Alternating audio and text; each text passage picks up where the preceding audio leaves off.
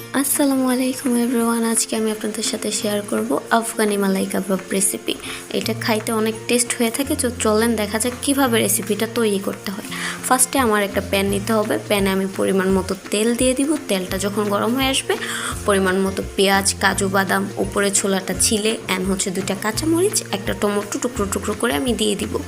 দিয়ে দেওয়ার পর আমি এটাকে ভালো করে ভেজে নিব। ভেজে নেওয়ার পর যখন লাল লাল হয়ে যাবে, আমি এটাকে ব্লেন্ডারে দিয়ে ভালোভাবে ব্লেন্ড করে নিব।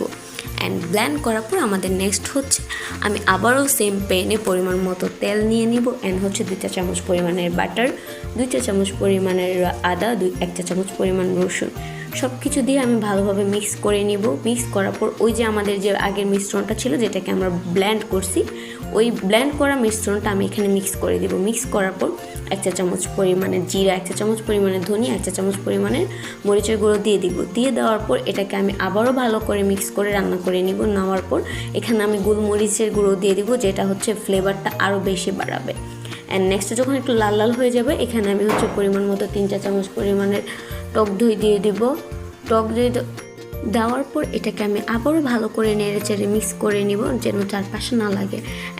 অ্যান্ড নেক্সট আমাদের কাবাবটা আমি কিভাবে বানাইছি, এটা আপনারা যদি ভিডিওটা লাইক করে থাকেন অ্যান্ড ভালো রিচ হয়, আপনারা আমাকে কমেন্টে জানাবেন।